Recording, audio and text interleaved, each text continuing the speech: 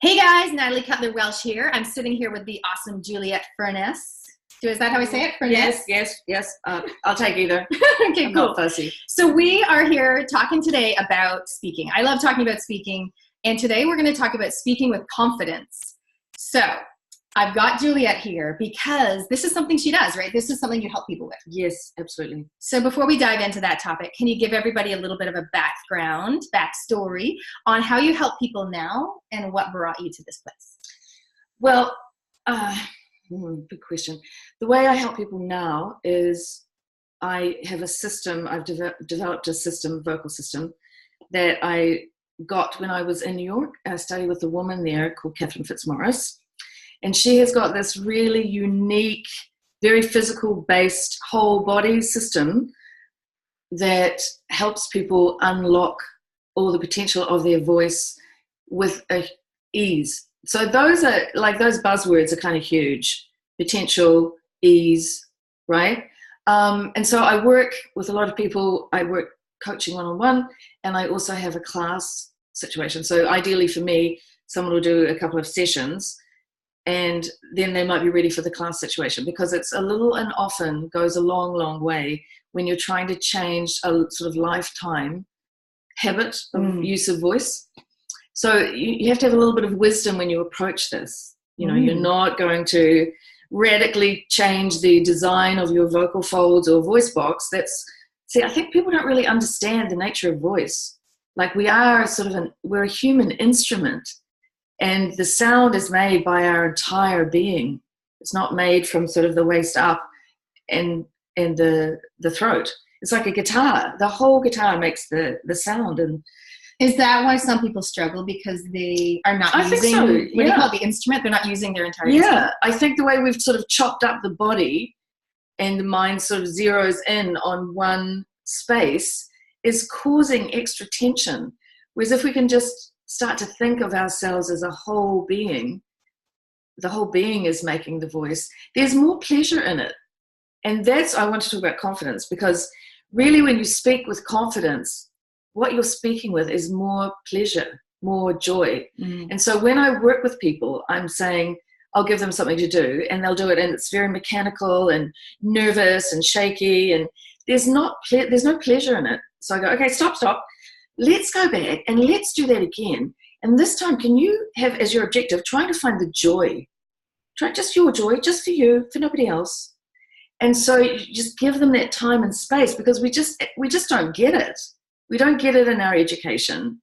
We don't get it in life, really. Just that time and space to start to connect with what is joyous about us communicating. And once you connect with that, you can never be parted from it again. There's like a little fire that gets lit, like a little Bunsen burner, and it never goes out, because it's kind of who you really are. Do you know what I mean? I love that you mentioned the Bunsen burner. I do, and I think a lot of people get stuck in their mind. Like they're thinking, what am I going to say? You know, how am I going to sound? What will people think? They're doing all that instead of using their body, and I guess also focusing on a sensation, like an internal sensation of, am I having a good time right now? Okay, so what do I need to do? Maybe I'll stop, maybe I'll breathe, maybe I'll make a physical adjustment. Oh, that feels better.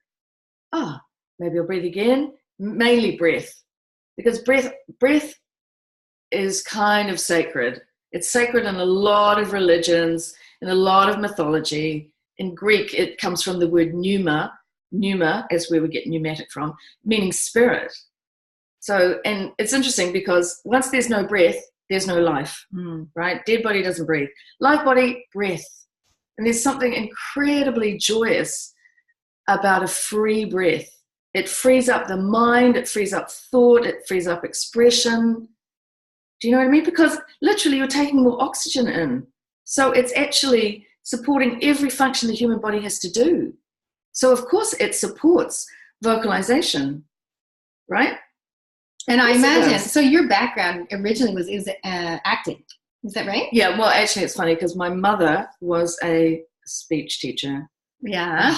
So of course it made me not want to do it, right? No, not doing it. But then, later on in life, because I did go into acting, And I really struggled with this thin, pipey voice that I had, but also other stuff, other issues that I just didn't feel comfortable projecting and commanding that much attention from people. And that was psychological. I didn't realize it at the time, but that was psychological. So sort of many years later when I was living in New York, because I'd done traditional training to become a voice teacher. That sort of happened after I'd done university and sort of lost my way and tried to be a normal person. So that was pointless. And then I found my way. I'm like, I was going to say, I'm still working on that. Why would you want to be normal, honestly? But it just seemed like a good idea at the time. What can I say? So yeah, I tried to do that whole sort of straight thing. And then gone, yeah, I really can't do this. So my mother had said, you really should train. I really think you're going to be a good voice teacher. And I was like, you know what? She's kind of right. So after I'd done that whole rebellious thing, I went, bit the bullet and went and got a voice teaching qualification. Still didn't like it. Still thought, no, this is not it. So went into acting. And that led me to New York for 17 years. And it was during that time there that I came across Catherine Fitzmaurice and this technique, which I now am passionately an adherent to. Yeah. I know that when we did, you guys may or may not recognize Juliet from when last year, Amanda Betts and I did an event with Juliet as our third coach, the three of us together, and it was called Up Your Brave. And we did a live in-person workshop in Auckland for people that just wanted to up their brave. What did we say? And not speak their truth. It was something like claim your voice. Claim your voice. I just remember Up Your Brave. Okay. Definitely Up Your Brave. So anyway, Juliet did part of your session was this activity. A mad tremor session. A mad tremor session. Mad tremoring session. Can you explain to everybody? Yeah. I'm going to go more into confidence in a sec, but can you explain what is exactly, you're talking about the body as an instrument. It's not all about the head stuff. It's actually about the body. So what is the tremors? What is the tremor work? Okay, this I don't know how she stumbled on this because it's a bit of a mark of a genius, but Catherine's work is about putting the body in stress positions. Hi, Marianne. Hello people. Hello. Hello, my good people. Yeah. So because you think about it, when you put the body in a stress position and you hold it there, something's going to give. Something's going to give out, right? And so what gives out is all the historic holding that the entire body is doing. So it's a really physical-based system. So it's almost like you have to go miles away from the voice, right? You have to go right into the body in order to affect the voice, because really the voice is like the nightingale in the mine. It's a vocal indicator of how we're doing. So if it's full and rich and vibrant, it's reflecting a system that is full and rich and vibrant with energy, that there's energy flowing through. So the stress positions, what they do is it forces the body to come smack up against all the places in the body and the muscular sort of armor that are holding.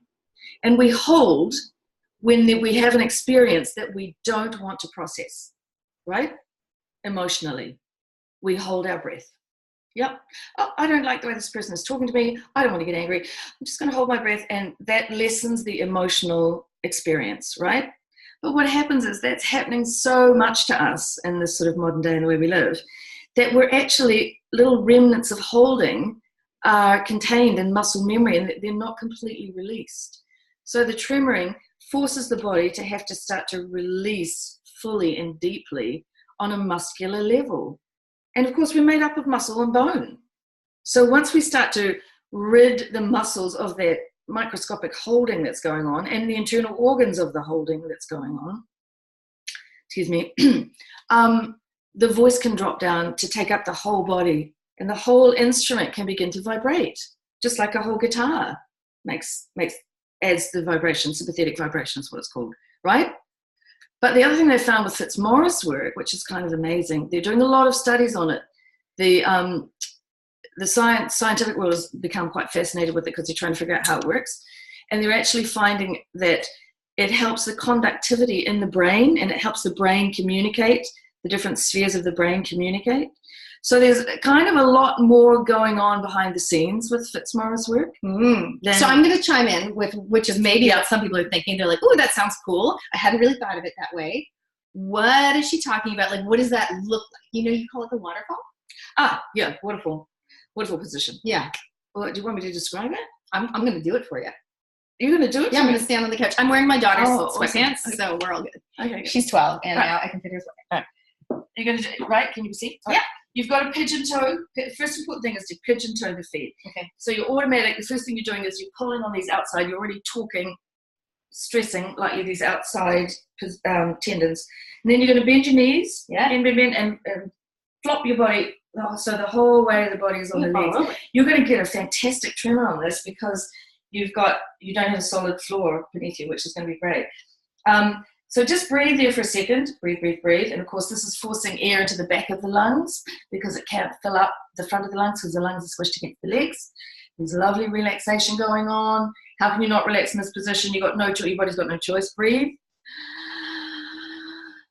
And relax. Good. And just experience the weight, all the signals that your body's giving you right now. And then slowly start to straighten the legs. And look, there it is. There, you got it. Can you see it? Yeah. I can feel it. That, you're in the tremor, right? Yeah. As soon as I started straightening. Yeah, that's it. You hit it. Yeah. You've got a nice tremor down there. Fabulous. That's it. That's it now. So what happens is over time, this is your body starting to process energy, and it's starting to bump up against the holding in the cell in the muscles, and it's starting to force a release because your body can't do two things at once, right? It can't hold and tremor at the same time. It just can't. The tremor is a sign it's losing its ability to hold. And breathe. The other thing that this is doing is it's charging up your internal battery. Oh. So we won't do this, we'll do it for as long as you want. Should I come up? If you're getting dizzy or lightheaded, breathe. That's it. All right, I'll You're getting dizzy, I hope everyone can see. I can feel it. I hope they can see. It's shaking. Can you guys see it? Comment. Let me know. I don't know if this is working anymore. But that's what I find so exciting about it, and what was so unusual about that compared to other vocal approaches that I'd studied or trained in, because it's so dynamic. There's no way that you can't feel that. Do you know what I mean? It's not possible. You can't.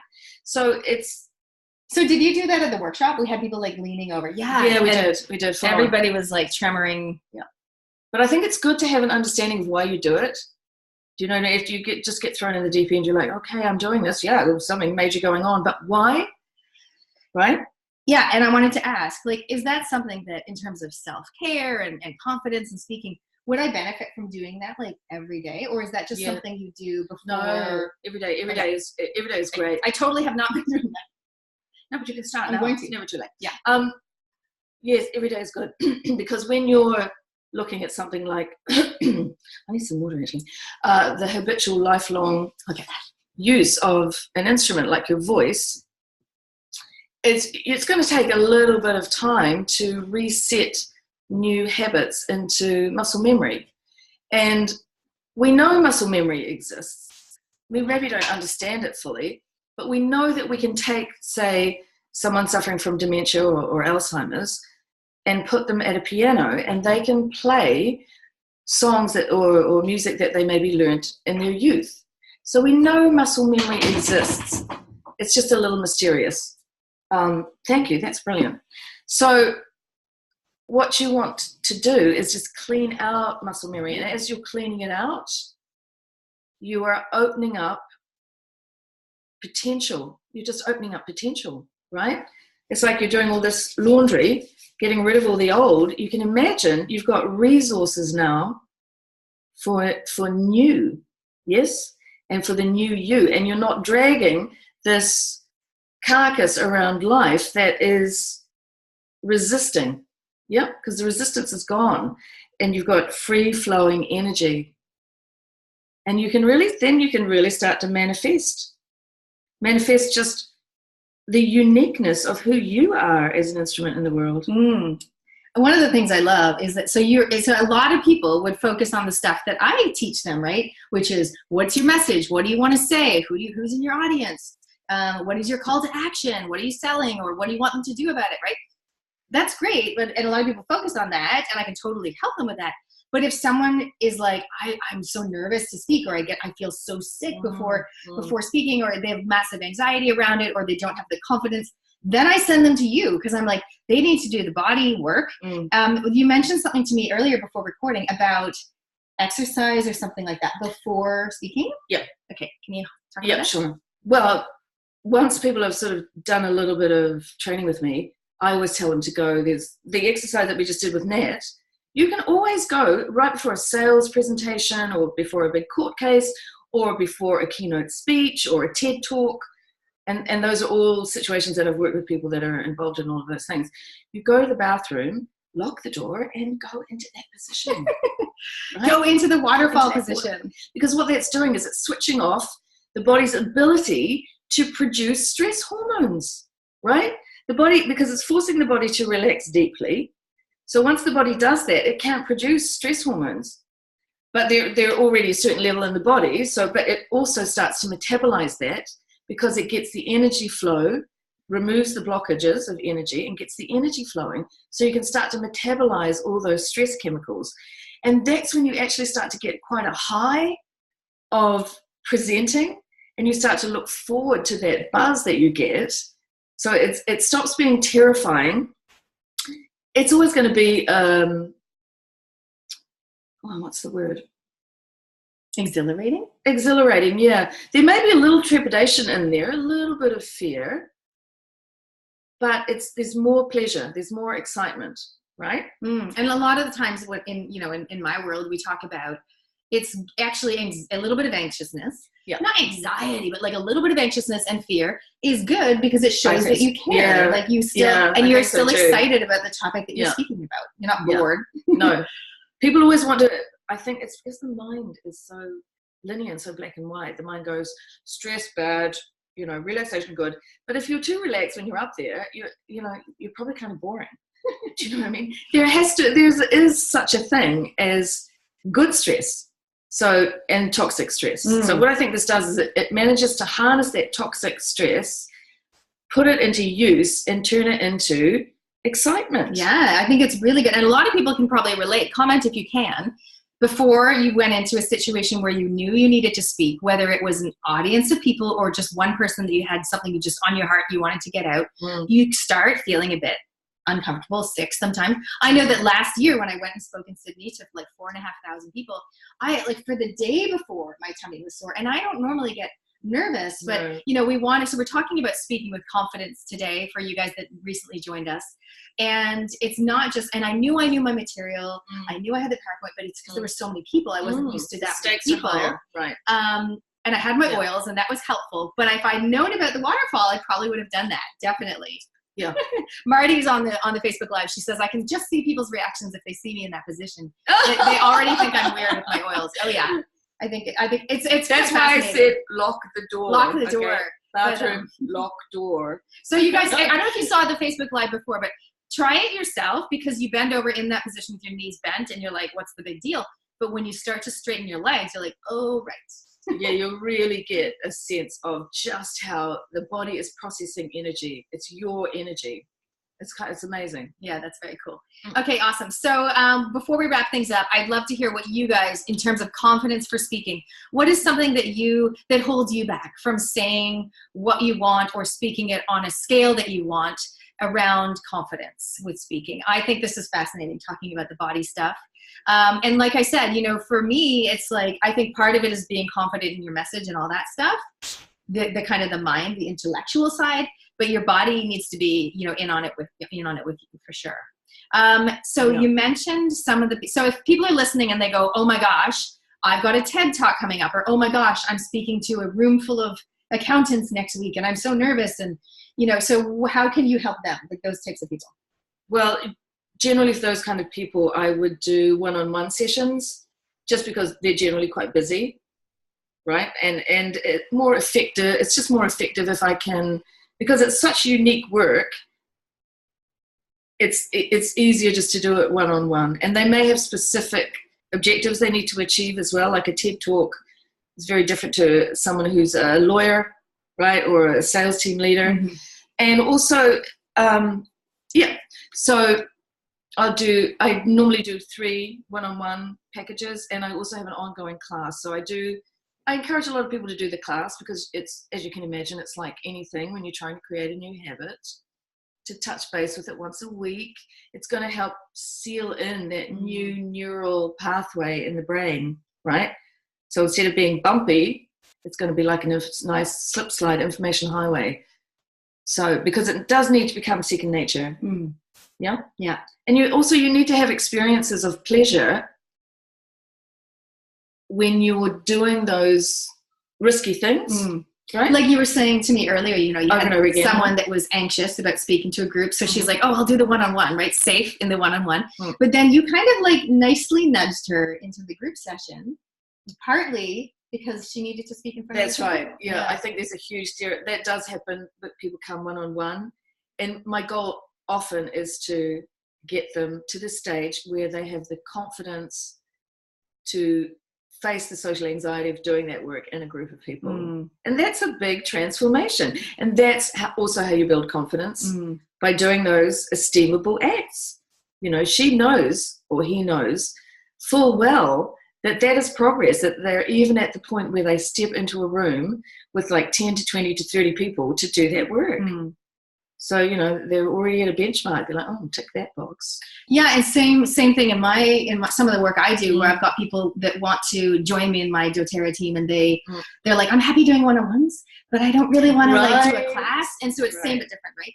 And exactly the same. But then once they do a class, which is literally 4 or 6 people, it's not many, they're so much more confident. So it is partly put yourself in that position, but I think first prepare, like, build up, do the one-on-one, and then go into the group. And same thing with you, if they're doing the tutoring. I mean, I had this guy, he was interested in coming to the workshop I did with Kath Vincent, which we called Wow the Crowd.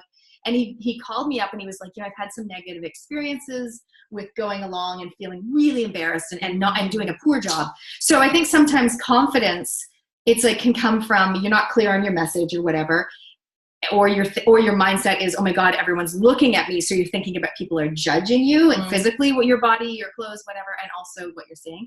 But then also it can come from negative experience, where in the past, and again, this doesn't have to be a room full of people. It can be like you told your best friend this thing, and then it got really awkward. And so like you were like, oh my God, I'm never saying what I think again, right? So if you come from that place where you had a negative experience, it can be hard, and I always say dusting yourself off and rising above. So I know you help people like that have had kind of, not positive experiences to move towards confidence in speaking their truth or to the crowd or whatever they want to do. Yeah, because I think we forget it's the body that goes through all of our experiences, right? Literally, it's the body that goes through them. Our body has lived the story of our whole life. And so those negative experiences do get stored. They get stored, yes, in muscle memory. It's not memory like in the brain. It's very different. But then you have to realize 80% of our neural network exists outside of the brain. There's only 20% in here. So that's telling us there's an awful lot of intelligence in the body, right? Awful lot. And I think it was in 1989 when Dr. Candace Pert discovered dopamine receptors in the gut. So they're almost starting to think like that's a second brain now. So also with this work, it's kind of harnessing all the intelligence of the body. And there's an incredible synergy when that happens. Once you harness that, you get energy flowing. You get the communication flowing as well between here and the rest of the body. Yes, and it's just this powerful cocktail that has an effervescence about it. And that effervescence comes when you start to interface with the world by vocalizing. So it starts to get joyous and exciting. Does that make sense? Yeah, and what I love about all that is because you guys know I'm totally obsessed with people actually saying what they want, saying what they truly desire.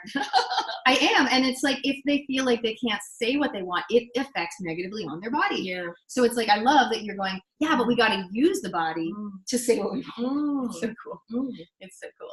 Awesome. Hey guys, thank you so much for joining us today. Very exciting. If you want to find out about Juliet's one-on-ones, classes, and other info, I know you're on Instagram. Where can they find you?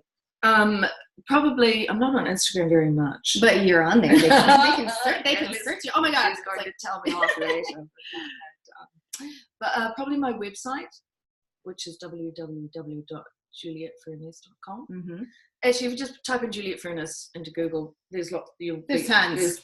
Facebook as well. There's some, Okay, that's awesome. That's super cool. Hey, you guys, thank you for joining us today. We look forward to reading back in the comments about your experiences of speaking with confidence. And if or not, or the opposite, you know, and if you've got any questions, definitely comment below. And I love that because this is so funny that I'm glowing in the dark. I always say that I work with people who are ready to shine, right? The sun's shining on my top. I work with people who are ready to shine and get their story out, and I help them hone their message and their business.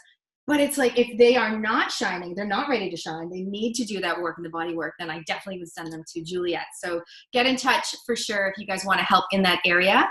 And also be sure to check out my Impact Entrepreneur series, where I interview a series of entrepreneurs who are doing positive things in the world. And you guys can find that on my new NatalieCutlerWelsh.com website. So yeah, definitely check that out. We've got some really, really cool content, all based around raising the state of mental health and happiness in New Zealand. And I think that this work actually helps that too, because if people say what they want, they're going to feel a lot better. There are branches of this work. It's called somatic therapy, that which is not, because I'm not a somatic therapist, but there's Neither am I. Huge tie-ins between somatic therapy, because they use tremoring, and somatic therapy is being used with post-traumatic stress syndrome with Iraqi vets coming back to America, because they're finding it bypasses the frontal cortex and feeds straight into the brainstem. So you can get a lot of processing of trauma happening without having to necessarily consciously even recall what it is. I love that, because I just did an interview earlier today, and we talked about how you don't have to talk out your problems, talk therapy. This stuff can help as well. Yeah, So So that's what's kind of interesting, is to see people's transformations happening, and often, but there isn't that time where they've had to sit down and sort of talk and lament and relive and analyze. It just seems to, it's kind of like next level sort of medicine in a way, it feels to me. You know how medicine is starting to move in a really transformational plane with alternative. That's kind of the vibe of this work, I think. Very cool. I love it. Hey guys, thank you for watching, and we look forward to seeing you on the next one. Bye. Bye.